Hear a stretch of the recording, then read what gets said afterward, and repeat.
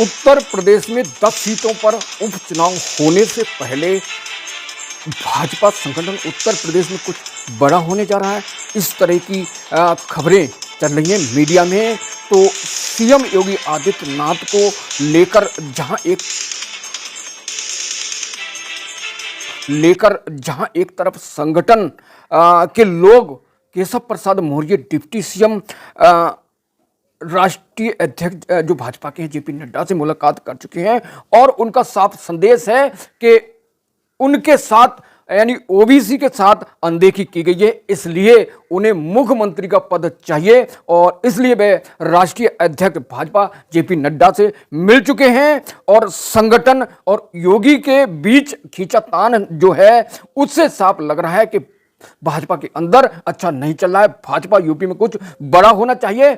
अपने एक बयान में केशव प्रसाद मौर्य ने कहा कि संगठन सरकार से बड़ा था और हमेशा रहेगा। उत्तर प्रदेश भाजपा संगठन योगी सरकार के बीच जिस तरह खींचातान का माहौल बना है उससे साफ लग रहा है और इसी खींचातान के वजह से उत्तर प्रदेश लोकसभा में भाजपा बुरी तरह हार गई, क्योंकि 80 सीट में से मात्र 33 सीट मिली और जिसकी जिम्मेदारी योगी की, संगठन की, मोदी की, अमित शाह की ये तय नहीं है। लेकिन जिम्मेदारी कौन है हार का यूपी का, उसका अभी किसी ने जिम्मेदारी नहीं ली है अधिकृत तौर पर और इसी कारण भाजपा हार गई है और भाजपा हाईकमान रिव्यू कर रही है कि आखिर हार की जिम्मेदारी कौन लेगा। और हार के बाद अब यूपी में 10 विधानसभा के उपचुनाव होना है। उपचुनाव पर भाजपा चाहती है जीत मिले और केशव प्रसाद मौर्य डिप्टी सीएम ने ताल ठोक दी है।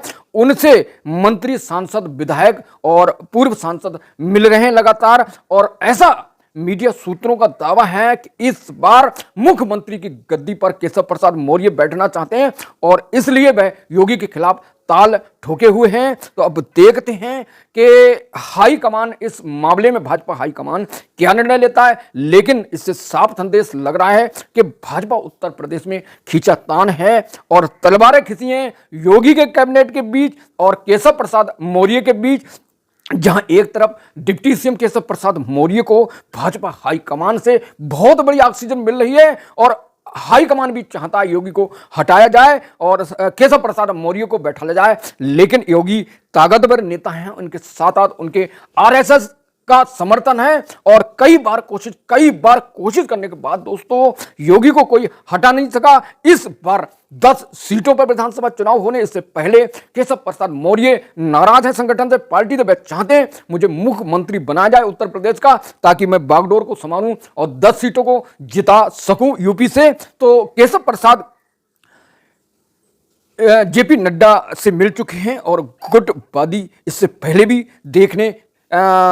पहले कब भाजपा में गुटबंदी रही। दरअसल 2019 में योगी सरकार के नौकरशाह बेरोक टोक जब भाजपा विधायक, सांसद और भाजपा संगठन की प्रतिनिधि को नहीं सुन रहे थे, तब भाजपा लोनी विधायक नंदकिशोर गुर्जर ने अपनी सरकार के खिलाफ 100 विधायकों को लेकर लामबंद हो गए और धरने पर बैठ गए। दोस्तों धरने पर जिस के मामले में जब हाई कमान भाजपा ने दखल दिया तो मामले को निपटा दिया गया और यह स्थिति 2024 में योगी सरकार के खिलाफ बनी है कि जिस तरह गुटबंदी है कि संजय निषाद, केशव प्रसाद मौर्य, भाजपा के पूर्व सांसद और संगठन के लोग लगातार आरोप लगा रहे हैं कि भाजपा में जो सरकार है योगी सरकार की, भाजपा की, योगी के अफसरशाह किसी की नहीं सुनते, अपमान करते हैं उनके।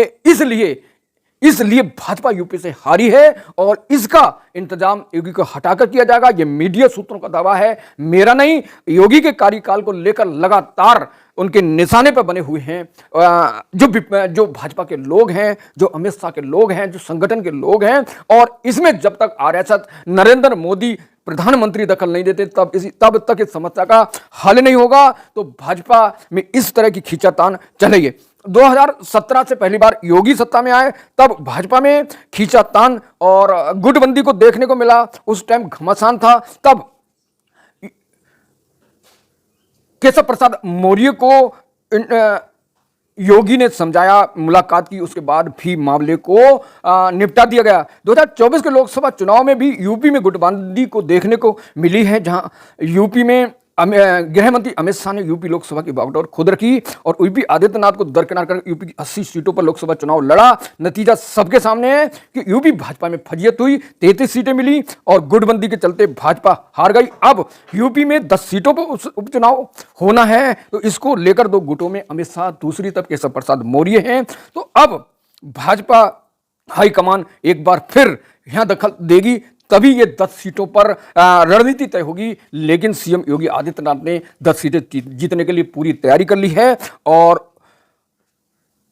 भाजपा हाईकमान को योगी भरोसा दिला रहे हैं कि हम 10 सीटें हर हाल में जीतेंगे। लेकिन केशव प्रसाद मौर्य लगे हैं कि योगी पर 10 सीट नहीं जीत पाएंगी और इसलिए खींचातान लगी है। उधर ओबीसी के उत्तर प्रदेश के भाजपा के जितने नेता हैं वो लगातार योगी पर निशाना बनाने हुए हैं कि योगी दलित ओबीसी की नहीं चुनते। पिछले वीडियो में मैंने बताया कि अनिल कुमार जो मंत्री योगी की, उन्होंने दलित और ओबीसी के आरक्षण को मुद्दा उठाते हुए कहा कि आउटसोर्सिंग के कारण योगी सरकार में उनकी नौकरी नहीं मिल रही है। उत्तर प्रदेश की 10 सीटों को जीतने के लिए भाजपा हाईकमान को दखल देना पड़ेगा। क्या उत्तर प्रदेश के सीएम योगी आदित्यनाथ इस मामले को खुद कन्विंस कर लेंगे? उधर केशव प्रसाद मौर्य अलग हैं, वो सीएम की गद्दी पर बैठना चाहते यूपी की। तो जो सीएम योगी आदित्यनाथ और ये केशव प्रसाद मौर्य के बीच में जो कोल्ड वार चल रहा है, उसका हल क्या होगा? क्या इन दोनों को भाजपा हाईकमान आरएस एक कर देगी या फिर केशव प्रसाद मौर्य को ओबीसी का बड़ा चेहरा मुख्यमंत्री बना दिया जाएगा? ये बताना मुश्किल है, लेकिन भाजपा हाईकमान बहुत जल्दी इस मामले में निर्णय लेने जा रही। क्या निर्णय होगा आपके सामने होगा। तो मेरे साथ पॉलिटिक्स न्यूज के लिए जुड़े रहिए कि योगी आदित्यनाथ या केशव प्रसाद मौर्य दोनों में से कौन यूपी का मुख्यमंत्री होगा? क्या यूपी से सीएम योगी आदित्यनाथ को हटा दिया जाएगा या फिर केशव प्रसाद मौर्य को बैठा दिया जाएगा सीएम गद्दी पर, या सीएम योगी की गद्दी बरकरार रहेगी? कमेंट करके बताएं और मेरे साथ जुड़े रहें। Thank you so much watching this video.